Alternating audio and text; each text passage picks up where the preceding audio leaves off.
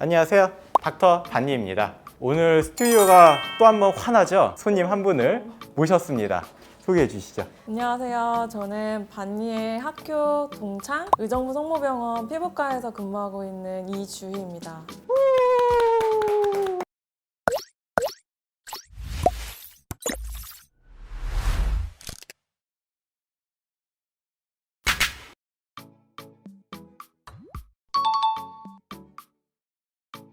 하나, 둘, 셋. 하일 슬리퍼. 원피스.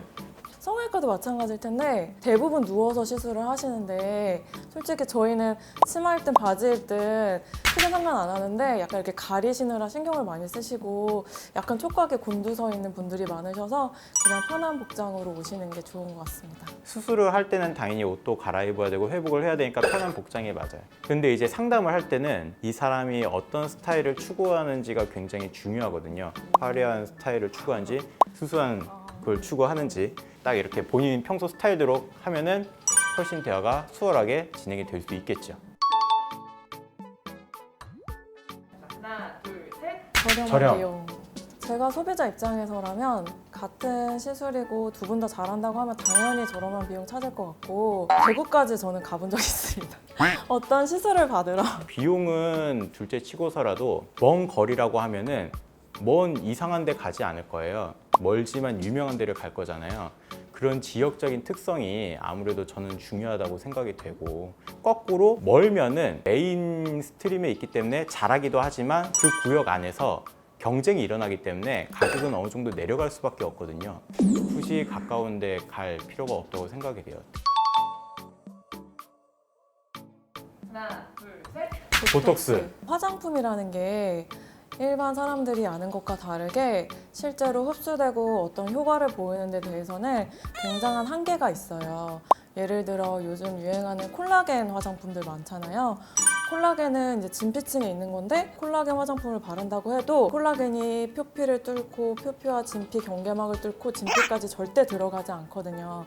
모든 거는 그 각질층을 적시는 것, 표피의 세포를 활성화시키는 것에서 한계가 끝나기 때문에 아무리 비싸고 좋은 영양크림을 바른다고 해도 진피층에 직접 시술을 하는 것에는 미치지를 못해요. 보톡스는 진피층에 깊이 주사를 해서 그 영양크림 이상의 잔주름 피는 효과와 여러 가지 모공 조이는 효과 그리고 홍조 개선 효과까지 다양하게 의학적으로 효과가 받침이 되어 있기 때문에 영양크림은 차라리 싼 걸로 바르고 그 돈을 모아서 보톡스 같은 시술에 투자하는 것을 권장드립니다. 화장품 회사에서 항의 메일이 날라올 것 같은데, 화장품 회사도 인정하고 있어요. 보톡스는 제가 시술을 하고 하다 보니까 보톡스의 효과나 그런 거는 눈으로 많이 보는데, 뭐 화장품 이런 걸 보면은 정말 그렇게 효과가 클까 하는 의구심이 많이 들긴 했거든요. 그래서 저는 보톡스를 택했습니다.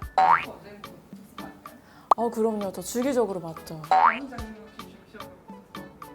겁이 많아서 와이프를 열심히 놔드리고 있습니다. 하나, 둘, 셋. 성형외과. 진짜? 저도 궁금하네요. 다른 게 아니라 실제로 처치가 같다고 하더라도 그 사람 마음이란 게 있잖아요. 그럴 가능성이 많지는 않겠지만 만에 하나 여드름이 굉장히 크고 깊어져가지고 그 수술한 부위 근처까지 닿으면은 문제가 될 수 있으니까 거기서 소독을 조금 더 강하게 적극적으로 하든지 아니면 항생제를 조금 더 처방을 해드린지 그런 식으로 조치가 조금 더 빨리 들어갈 수 있지 않나. 아직 자리를 잡지 않은 상태니까. 그래서 성형외과라고 생각을 했습니다. 실제로 저희는 코 수술하고 모공이 넓어진다거나 없던 트러블이 자주 생긴다는 분들이 굉장히 많으세요. 트러블이라는 생각에 성형외과를 안 가고 피부과를 먼저 오시거든요. 그래서 저도 궁금했던 게 왜 실리콘 수술을 하면 피부에 그런 트러블이 잘 생기는지. 제 생각에는 수술이라는 게 피부를 한번 들었다가 다시 놔야 되는데 그 드는 과정에서 거기로 공급되던 혈관이 좀 끊기니까 혈액순환이 좀 약해지는 거는 사실이에요. 사소한 거에도 뭔가 이전보다는 자기 회복 속도나 그런 게 더딜 수밖에 없을 것 같고, 피부 트러블이 생긴다는 것도 이해는 가는데 저는 이거는 흔히 듣지 못했어요. 피부과에서는 여드름을 이제 성형외과보다는 주로 보다 보니까 그런 왕여드름이 났을 때 저희는 압출하는 것도 성형외과 의사보다는 좀 더 잘 한다고 생각하고, 염증 주사라고 염증을 빨리 가라앉히는 주사를 놔드리면 굉장히 염증을 빨리 가라앉혀요. 아까 말씀한 대로 보형물 때문에 만약에 혈관이 막히거나 그래서 괴사된 형태는 여드름과 다르기 때문에 저희가 감별하고 성형외과를 다시 보내기 때문에, 그래서 저는 피부과가 맞다고 생각했습니다. 하나, 둘, 셋. 성형외과. 또 피부과라고 해야지. 피부과!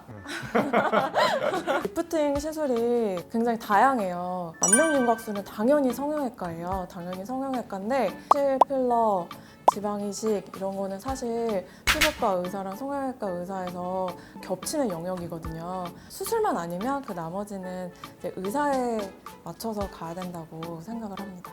근데 이제 저희는 수술을 하니까 수술로 해야 되는 케이스인지 아니면 어느 정도 뭐 간단한 시술로 충분히 해결될 수 있는 정도인지 그를 판단할 수 있고, 누가 봐도 그렇게 막 많이 처져 있는 게 아니고 수술까지 할 케이스가 아니라고 하면은 말씀하신 게 맞을 것 같긴 해요. 그냥 잘하는 사람이 잘하는 거지 어차피 시술에서는. 하나, 둘, 셋. 장비.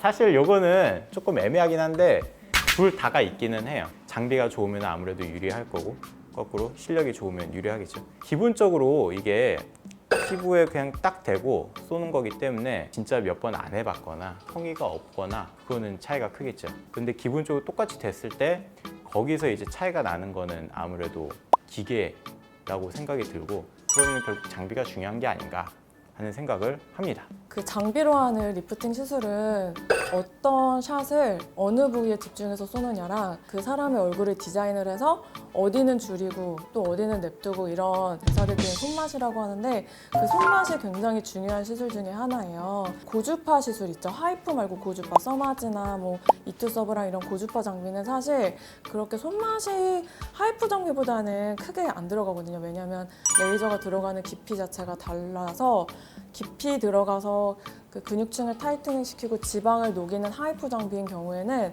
얼굴의 윤곽을 보고 또 타이트닝 시켜야 되는 부위는 집중해서 해야 되는 경우가 있는데, 좀 트레이닝을 잘 받고 경험치도 많은 분이 확실히 잘하십니다. 그래서 저는 의사빨이라고 생각했습니다. 하나, 둘, 셋. 피부과. 각자의 고충이 있겠지만 피부과가 조금 더 편해 보여요. 가슴이나 윤곽이나 그런 출혈로 안에 피가 고여서 응급술이 생기지 않을까 하는 그런 스트레스가 있거든요. 설령 결과 좋다고 하더라도 본인이 만족하지 않는 경우가 많고, 그래서 되돌릴 수 없다는 그것 때문에 스트레스를 받는 경우가 있어요. 피부과면은 그런 스트레스가 조금 덜 하지 않을까 하는 생각을 감히 해봤습니다.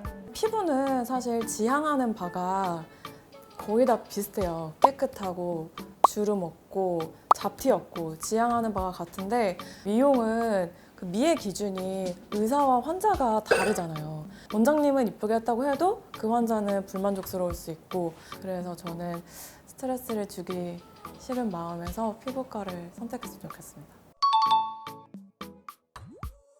저는 당연히 쌍수라고 생각이 됩니다. 이제는 남자분들도 쌍꺼풀을 많이 생각을 하시는데, 일단 쌍꺼풀만 해도 어느 정도 꽤 눈이 커지고, 저처럼 이렇게 눈이 많이 가려 있는 경우에는 이게 삶의 질이 굉장히 올라가거든요.